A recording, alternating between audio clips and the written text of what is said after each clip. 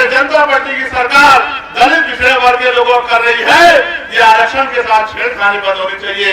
मैंने तो पार्लियामेंट में मांग उठाई थी, आपने सुना भी होगा कि अब समय आ गया है कि निजी क्षेत्रों में SC ST OBC के लोगों के लिए आरक्षण की व्यवस्था होनी चाहिए। ये पाल, प्रजापति, कश्यप, सैनी, मौर्य, साकेत, कुशवाहा, बिंद, राजभर, केवट, मल्ला, जाट, गुर्जर, तमाम जातियों के लोग जो पिछड़े वर्ग में आते हैं, जिनके पढ़े लिखे बच्चे बेरोजगार घूम रहे हैं, इनको संख्या के आधार पर आरक्षण मिलना चाहिए। और जो शेड्यूल कास्ट की जातियां हैं, इनको भी संख्या के आधार पर आरक्षण मिलना चाहिए। और सभी का अब वक्त आ गया है कि अपने अधिकारों की लड़ाई को लड़ो। अब वक्त आ गया है कि अपनी वोट से और वोट की चोट से अपने ऊपर हुए के जुर्म का हिसाब दो। नौजवान साथियों, आप ये जानते हैं, ये नीला पट्टा ये आत्मसम्मान का स्वरूप है, ये नीला पट्टा समानता का स्वरूप है, ये नीला पट्टा बाबा साहब अम्बेडकर का रूप है। इस नीले पट्टे वालों को तय करना होगा कि संविधान विरोधी ताकतों को जमीन तो हमें करना पड़ेगा, इनको धूल चटानी पड़ेगी और अपने हाथ में राजनीतिक व्यवस्था लेनी पड़ेगी। तो फिर आपको ताकत बनानी पड़ेगी, क्योंकि बिना राजनीतिक ताकत के ना आप अपने आप भला कर सकते हैं, ना ही अपने परिवार को आत्मसम्मान और सम्मान की जिंदगी दे सकते हैं, ना ही माँ बहनों को सम्मान का जीवन दे सकते हैं, ना ही अपने घर परिवारों को इतना मजबूत और संपन्न बना सकते हैं कि आप ये महसूस करें कि हमारे परिवार सम्मान का जीवन जी रहे हैं। आप जानते हैं, मैं तो आपके बीच से निकल के आया और आज भी आपके बीच में रह के इस लड़ाई को लड़ रहा हूं। और आप ये भी जानते हैं, कभी मैंने आपका हाथ नहीं छोड़ा, चाहे उत्तर प्रदेश हो, चाहे मध्य प्रदेश हो, चाहे राजस्थान हो, चाहे कोई और सूबा हो, बिहार हो, दिल्ली हो, हरियाणा हो, पंजाब हो या उत्तराखंड हो, जहां जहां आपके ऊपर, आपके अधिकारों के ऊपर किसी भी सरकार ने हमला करने का काम किया, आप पर जुर्म जाति ढाने का काम किया, भीम आर्मी के साथियों ने, आजाद समाज पार्टी के साथियों ने और चंद्रशेखर आजाद ने कंधे से कंधा मिलके इस लड़ाई को लड़ने का काम किया और उस आवाज को उठाने का काम किया। मैं आज भी नहीं भूला हूं, मैं आज भी नहीं भूला हूं। यही मुरादाबाद के पास में एक पार्क पे बाबा साहब अम्बेडकर की मूर्ति लगाने की सजा एक नौजवान को मिली थी और पुलिस की गोली से उसको छलनी कर दिया गया था। उसकी माँ उसको अपने पल्लू में रखे रो रही थी और मीडिया से अपील कर रही थी कि भाई चंद्रशेखर आजाद तक संदेश पहुंचा दो कि मेरे बेटे को न्याय दिला दे। चुनाव चल रहा था लोकसभा का, मैंने चुनाव को पीछे छोड़ दिया और मैं यही रामपुर पहुंच के मैंने उस परिवार की आवाज उठाने का काम किया और उस परिवार को न्याय दिलाने का काम किया। सम्मानित साथियों, इतनी बड़ी संख्या में मुझ पे और पार्टी संगठन पे भरोसा करने वाले मेरे साथियों, आप ये जानते हो कि 69 जहाँ शिक्षक भर्ती का मामला हो या पुलिस की भर्ती का मामला हो या दरोगा भर्ती का मामला हो या पटवारी भर्ती का मामला हो या आपके कोई भी हक की आवाज हो, कभी मैंने आपका साथ नहीं छोड़ा। चाहे दिल्ली में गुरु घर टूटा हो या एनआरसी का आंदोलन हो, जब मुसलमान भाइयों को परेशान करने का काम किया गया और आपकी वोट लेने वाले नेता घरों में घुस गए, चाहे मौलाना कलीम सिद्दीकी का मामला हो, चाहे तबलीगी जमात का मामला हो, चाहे मौलाना साद साहब का मामला हो, चाहे नासिर जुनैद का मामला हो या अखलाक का मामला हो या पहलू का मामला हो या नजीब का मामला हो या कहीं भी कोई जुर्म हुआ हो। और अभी कुछ दिन पहले उत्तराखंड में चाहे वसीम की हत्या हो, जिस तरह का जुर्म बहराइच में हो रहा है, जिस तरह का जुर्म बुढ़ाना में हो रहा है, ये नेता जिनको आपने 37 MP जिनके बना दिए, वो चद्दर तान के इसी में पड़ के सो रहे हैं और चंद्रशेखर आजाद सड़कों पे आपकी लड़ाई लड़ रहा है। और कभी कोई शिकायत नहीं, कभी कोई शिकायत आपसे नहीं की है।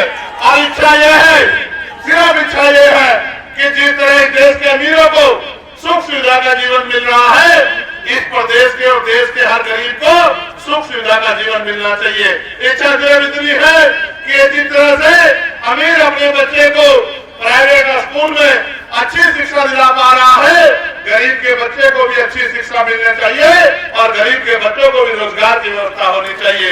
इच्छा ये है, ज्यादा इच्छा नहीं है, इच्छा ये है जितने अमीर अपने बच्चों का और खुद का इलाज प्राइवेट हॉस्पिटल में करा के अपनी जिंदगी को बचा लेता है, गरीब को भी उतना अच्छा इलाज सरकारी हॉस्पिटल में बहुत कम पैसे में मिलना चाहिए। बहुत बड़ी इच्छा नहीं है, इच्छा यह है कि सदियों से जुर्म सहते आए इन गरीबों के हाथ में भी सुख सुविधा और सम्मान का जीवन आना चाहिए। बहुत बड़ी इच्छा नहीं है, इच्छा यह है कि गांव में काम करने वाली मेरी माँ बहनों को, जिनको भट्टे में काम करना पड़ता है, जिनको कोल्हू में काम करना पड़ता है, जिनको ईंटें उठानी पड़ती है, जिनको फेरी करना पड़ता है मेरे भाइयों को, और जिन पे जाति धर्म के आधार पर जुर्म हो रहा है, ये जुर्म बंद होना चाहिए। जिस तरह से आरक्षण को खत्म करने का प्रयास भारतीय जनता पार्टी की सरकार दलित पिछड़े वर्ग के लोगों कर रही है, ये आरक्षण के साथ छेड़खानी बंद होनी चाहिए।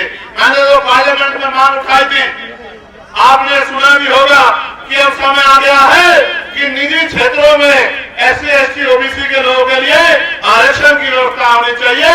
ये पाल, प्रजापति, कश्यप, सैनी, मौर्य, साकेत, कुशवाहा, बिंद, राजभर, केवट, मल्ला, जाट, गुर्जर, तमाम जातियों के लोग जो पिछड़े वर्ग में आते हैं, जिनके पढ़े लिखे बच्चे बेरोजगार घूम रहे हैं, इनको संख्या के आधार पर आरक्षण मिलना चाहिए। और जो शेड्यूल कास्ट की जातियां हैं, इनको भी संख्या के आधार पर आरक्षण मिलना चाहिए। और सभी का जाति धर्म से ऊपर उठ के सभी का सम्मान होना चाहिए। जिस तरह का जुर्म आज बहन बेटियों पे हो रहा है, मेरी प्यारी प्यारी बच्चियां खड़ी है, डर लगता है कि कोई गुंडा किसी बहन को अपमानित न कर दे। और अपमानित करने वाले लोगों को ये भाजपा की सरकार के लोग संरक्षण देने का काम करते हैं, ईमानदार पुलिस कर्मियों को डराने का, दबाने का काम करते हैं, कानून व्यवस्था को चौकट करने का काम, कानून व्यवस्था को दम तोड़ देने का काम कराते हैं। ये जुर्म जाति बंद होनी चाहिए, बहन बेटियों का सम्मान होना चाहिए, बहन बेटियों को नौकरी रोजगार मिलना चाहिए। और धर्म के नाम पे जो हिंसा हो रही है, जिस तरह से अन्य धर्मों के महापुरुषों को, पीर को, पैगंबरों को, जिस तरह से गुरुओं को अपमानित किया जा रहा है, उनके खिलाफ हिंसा का माहौल बनाया जा रहा है, उनके खिलाफ अपमानजनक टिप्पणी की जा रही है और देश को अस्थिर किया करने का प्रयास किया जा रहा है। ये जुर्म जाति में बंद होनी चाहिए, चाहे अपमान धर्म के आधार पे हो या जाति के आधार पर, ये सब बंद होना चाहिए। और मेरी इस बात को आप कान खोल कर सुन लो, ये सत्ता बदलती रहेगी, आती जाती रहेगी। 75 साल से आप देख रहे हैं, सत्ता आती है, वादे करती है, चली जाती है। उत्तर प्रदेश की भाजपा सरकार ने 2022 में वादा किया था कि अगर हमारी सरकार बनी तो हम किसानों का बिजली का बिल माफ करेंगे, हमारी सरकार बनी तो बहुत कम दामों में बिजली की व्यवस्था करेंगे, हमारी सरकार बनी तो 500 रुपए में सिलेंडर देंगे, हमारी सरकार बनी तो नौजवानों को भत्ता देंगे। बताओ मेरे नौजवान साथियों, भत्ता मिलता है क्या?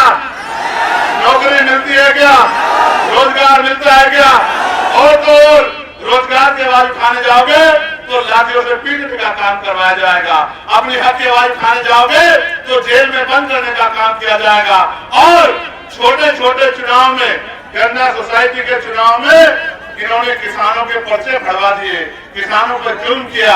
और मुझे तो पीड़ा इस बात की है कि जिन पे जुल्म हो रहा है वो चुप्पी थाम के बैठे हैं।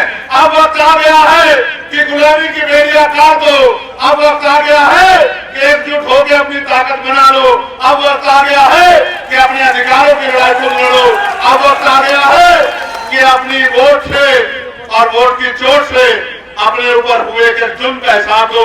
नौजवान साथियों, आप ये जानते हैं, ये नीला पट्टा ये आत्मसम्मान का स्वरूप है, ये नीला पट्टा समानता का स्वरूप है, ये नीला पट्टा बाबा साहब अम्बेडकर का रूप है। इस नीले पट्टे वालों को तय करना होगा कि संविधान विरोधी ताकतों को जमीन हमें करना पड़ेगा, इनको धूल चटानी पड़ेगी और अपने हाथ में राजनीतिक व्यवस्था देनी पड़ेगी।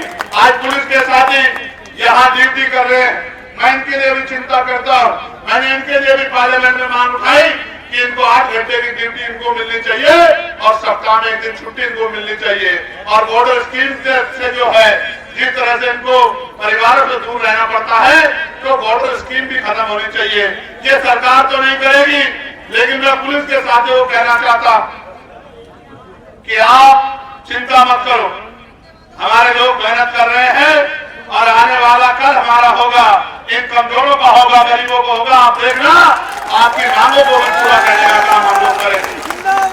चाहे आशा बहने हो, आंगनबाड़ी बहने हो, भोजन माता हो, हमारे होमगार्ड के साथी हो, पीआरडी के साथी हो, ग्राम रोजगार सेवक हो, सबके वेतन वृद्धि की मांग मैंने पार्लियामेंट में उठाने का काम किया। और जो जो जुल्म हो रहा है, चाहे किसानों पे या पहलवान बेटियों पे, सबकी लड़ाई लड़ने का काम किया। लेकिन आज जिस तरह से दिल्ली में खड़े होके मैं आपके मुद्दों के लिए, आपके हकों के लिए लड़ रहा हूँ, असेंबली में एक आदमी मेरे पास नहीं है कि वो इस तरह से लखनऊ में मुख्यमंत्री से हाथ मिला मिला के आपकी लड़ाई लड़ने का काम करे, आपके लिए सवाल करने का काम करे, मुख्यमंत्री जवाब मांगने का काम करे। मुदर्की के मेरे साथियों, आप नहीं चाहते कि हमारी ताकत और बढ़नी चाहिए? बताओ, चाहते हो नहीं चाहते हो? ये आपके हाथ में है।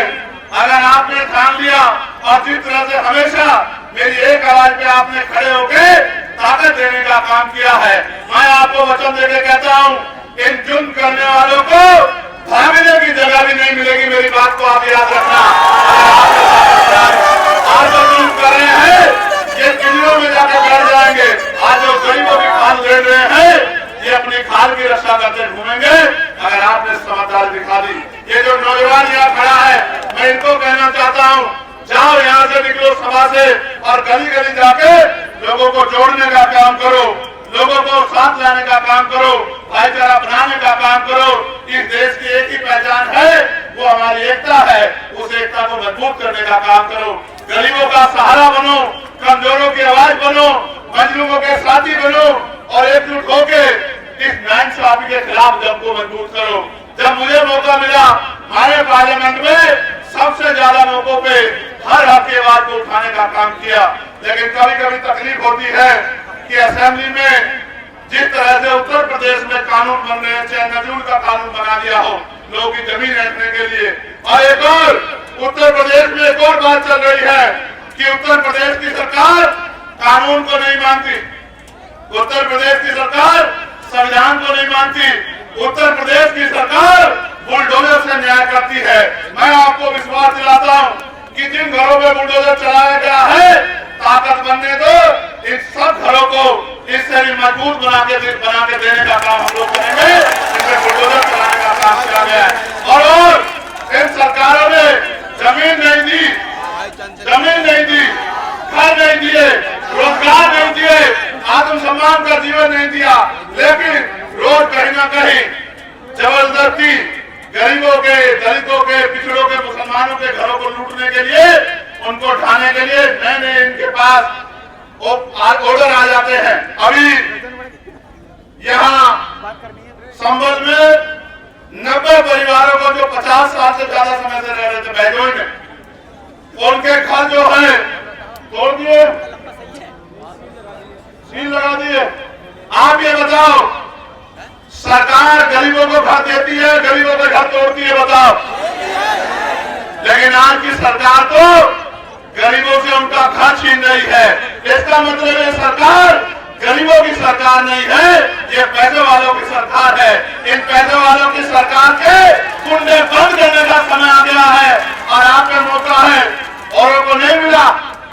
उत्तर प्रदेश के बहुत सारे लोगों को ये मौका 2027 में मिलेगा, लेकिन आपको ये मौका 2024 में मिल गया है। जो कारनामा नगीना के लोगों ने करके दिखाया, वो कारनामा आप भी दोहरा सकते हो। नगीना में मुझे हराने के लिए इन्होंने एडी चोटी का जोर लगा लिया, चाहे एनडीए अलायंस के लोग हो या इंडिया अलायंस के लोग हो, सब लोगों ने पूरी ताकत लगाई। क्यों? वो बीजेपी से नहीं लड़ रहे थे, वो लड़ रहे थे चंद्रशेखर आजाद से, क्योंकि वो जानते हैं कि जो चंद्रशेखर आजाद एक साल पहले कुछ भी नहीं था, तब भी अपने साथियों के साथ जुल्म को रोकने के लिए मैदान में रहता था, सड़कों में रहता था। अगर वो ताकत में चला गया तो ना कोई जुल्म कर पाएगा, ना कोई गरीब डरेगा, ना किसी को डरा के वोट लिया जाएगा। इसलिए जानबूझ के मुझे रोकने के लिए जोर लगाया। मैं इस मंच के माध्यम से नगीना के साथियों का धन्यवाद करता हूँ और नगीना जाके मेहनत करने वाले हर एक शख्स का धन्यवाद करता हूँ। और जो वादा और विश्वास उन्होंने मुझ पे दिखाया था, मैं वचन देता हूँ मेरे खून का एक कतरा हमेशा उनके लिए समर्पित रहेगा। और जब तक मैं जीऊंगा उनकी लड़ाई को मैं हर पड़ल में लड़ने का काम करूंगा, उनकी ताकत बनाने का काम करूंगा। मैं आपको भी कहता हूँ, यहाँ बड़े बड़े नेता आएंगे, बड़े बड़े कुर्ते वाले आएंगे, बहुत बड़े बड़े नाम वाले आएंगे, और वो सब आपको कहेंगे कि भाई ऐसा मत करो, वैसा मत करो। लेकिन आप बताओ, क्या इस एक सीट से उत्तर प्रदेश की सरकार बदल जाएगी? क्या इस एक सीट से उत्तर प्रदेश की सरकार बन जाएगी? ना बन सकती, ना गिर सकती।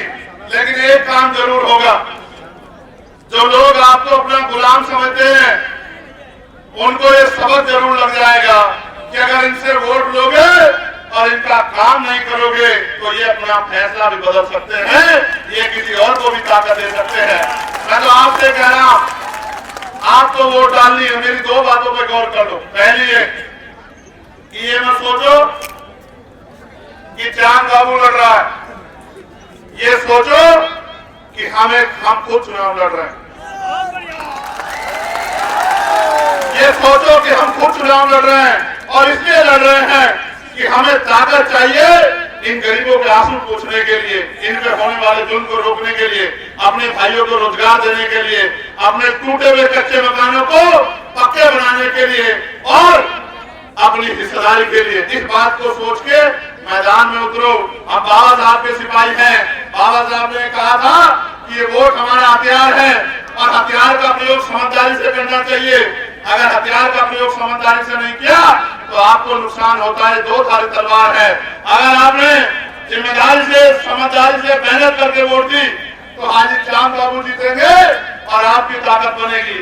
और गलती से आपने किसी और को वोट दी तो वो जीते हारे, लेकिन आपकी ताकत नहीं बनेगी। क्योंकि आप पे जब जुल्म होता है तो कोई आता है आपके गली में, आपके घर में पूछने के लिए कि क्या हाल है बताओ। आज जो जुल्म हो रहा है कोई पूछने आता है क्या? तो जब आज नहीं आता तो कल क्या आएगा? इसलिए मैं आपसे कहना चाहता हूं, आज से आपको 17-18 दिन बचे। आपको खुद से योद्धा बनके, बहादुर साथी बनके मैदान में आना है और घर घर जाके लोगों को जागरूक करना है। एक एक वोट को तैयार करना है और 13 तारीख को जब वोट पड़ेगा एक एक वोट को बूथ तक पहुंचाना है।